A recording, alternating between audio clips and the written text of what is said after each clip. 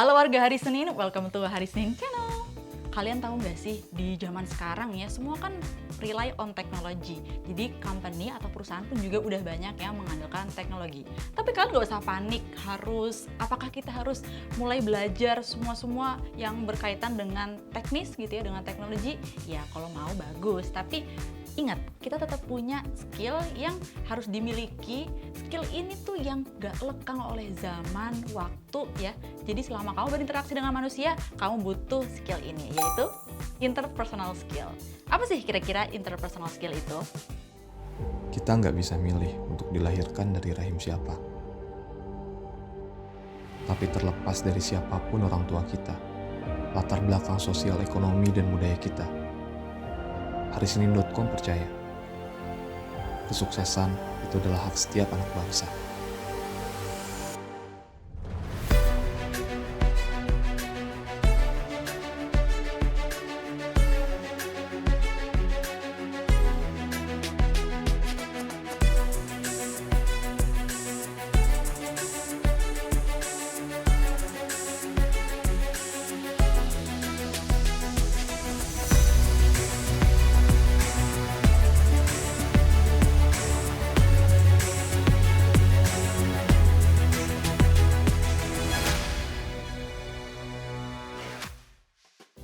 Jadi, basically interpersonal skill adalah kemampuan nih seseorang untuk berinteraksi, kemudian berkomunikasi dengan sesama manusia lainnya ya pastinya dong. Jadi gimana sih cara kamu memulai conversation atau percakapan, gimana caranya nge-approach orang, dan gimana caranya juga untuk menjaga sebuah hubungan, itu merupakan salah satu bentuk interpersonal skill. Jadi interpersonal skill ini juga merupakan bagian dari personality seseorang ya. Dan tentunya ini penting banget dimiliki oleh setiap individu ya, mau itu dia karyawan ataupun bukan, selama dia masih berinteraksi dengan sesama manusia, interpersonal skill ini penting banget untuk dimiliki. Kira-kira skill interpersonal ini ada apa aja sih yang katanya tidak lekang oleh waktu dan tempat? Ada banyak banget, beberapa diantaranya. Yang pertama, pendengar yang aktif. Apa tuh maksudnya? Coba mulai menjadi seorang yang mendengarkan lebih banyak dibanding yang berbicara. Contohnya kalau kamu lagi berada di sebuah forum atau sedang ada di sebuah meeting ya kan, baik itu secara one on one atau secara tim, coba mulai banyak mendengarkan. Jangan gampang menginterupsi ucapan orang lain. Banyak gali informasi dan belajar mendengarkan. Gak semua orang bisa loh menjadi pendengar yang aktif. Dan yang kedua, dependability. Ya, dependability basically seperti orang yang bisa diandalkan. Jadi kalau misalkan diberikan suatu task atau diberi suatu kepercayaan gitu ya, orang ini bisa banget deh pokoknya dipercaya.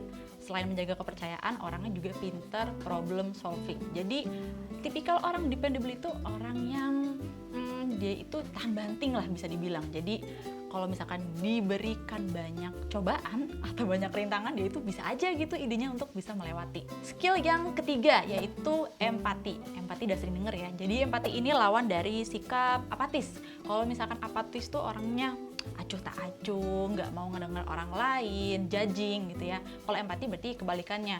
Ketika ada orang cerita atau ada orang berbicara, dia itu cenderung mendengarkan. Kemudian juga kalau misalkan ada perselisihan ya, dua pihak, sebagai orang yang berempati, kita itu harusnya mendengarkan dulu nih dari dua sisi. Jangan baru dengerin satu, udah ngambil keputusan atau udah baper duluan.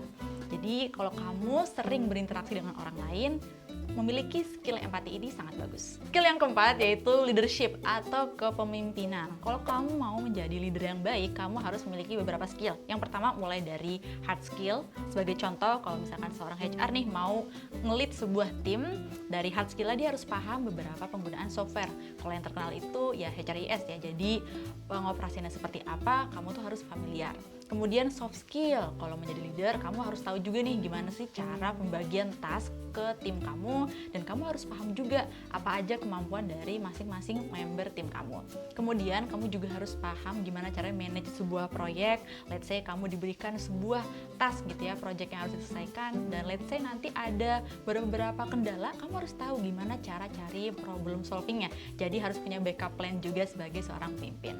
Yang kelima, ada kerjasama tim atau teamwork ya. Sepertinya kalau teamwork kita udah paham banget yang namanya seseorang bekerja dalam sebuah tim harus paham yang namanya bekerja sama. Jadi jangan mau menang sendiri, jangan mau egois, jangan maunya punya pemikiran sendiri gitu ya, nggak mau mendengarkan member yang lainnya. Seperti yang aku sampaikan di awal tadi nih, kamu mau kerja jadi apapun ya, baik itu posisi yang banyak teknisnya, yang banyak hard skillnya dibanding soft skillnya, tetap perlu banget yang namanya interpersonal skill. Cuman adalah beberapa pekerjaan atau posisi yang sebenarnya tuh bisa dikatakan mungkin 20, 30, 40%-nya itu rely on interpersonal skill. Yang pertama yaitu pekerjaan sebagai marketing managers. Kok bisa? Ya dong, sebagai seorang marketing manager, kamu itu perlu banget yang namanya berinteraksi dengan tim-tim lain, baik itu dari internal atau dari dalam perusahaan itu sendiri, dan juga dari pihak eksternal atau dari klien ataupun ya perusahaan lain yang ingin kolaborasi dengan perusahaan kamu. Jadi kalau menjadi seorang marketing manager, nggak cuma ilmu marketingnya aja yang perlu dipakemin, tapi juga interpersonal skillnya harus bagus. Tentunya kalau dua-duanya bagus, hard dan soft skillnya bagus, jadi ciamik banget. Posisi yang kedua ada human resources atau disingkat HR, bahasa Indonesianya ya SDM lah gitu. Sesuai dengan judulnya atau namanya tadi, posisi ini banyak berinteraksi dengan orang-orang, ya kan, mulai dari mengurusi karyawan, mulai dari perekrutan, training, development, dan lain-lain. Jadi yang namanya interpersonal skill tadi memang perlu banget.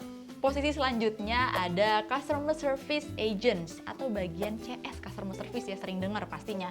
Kalau ini jelas lah ya, setiap hari harus menerima komplain, baik itu dari atasan ataupun paling banyak ya dari klien. Seperti judulnya kan pelayanan customer ya, atau pelayanan pelanggan. Jadi kalau misalkan sebagai seorang Customer Service ini tentunya banyak banget ketemu dengan sesama manusia, jadi interpersonal skill juga sangat dibutuhkan.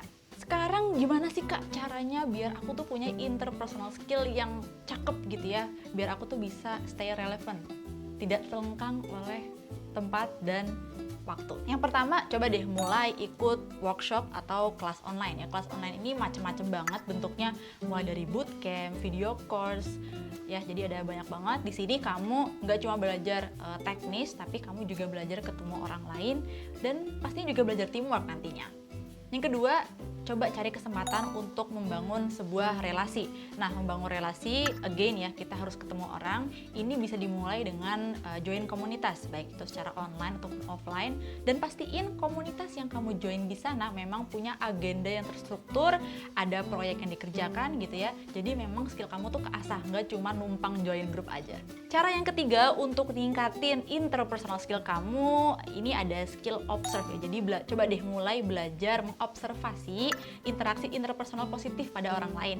Bisa lewat video, misalkan kamu melihat sebuah video gitu yang mengajarkan suatu tema atau ada orang bicara nih di depan banyak orang, kamu perhatikan gimana sih cara dia berbicara, gimana cara dia menyusun materi atau menjelaskannya ke orang lain, cara nyampeinnya gimana.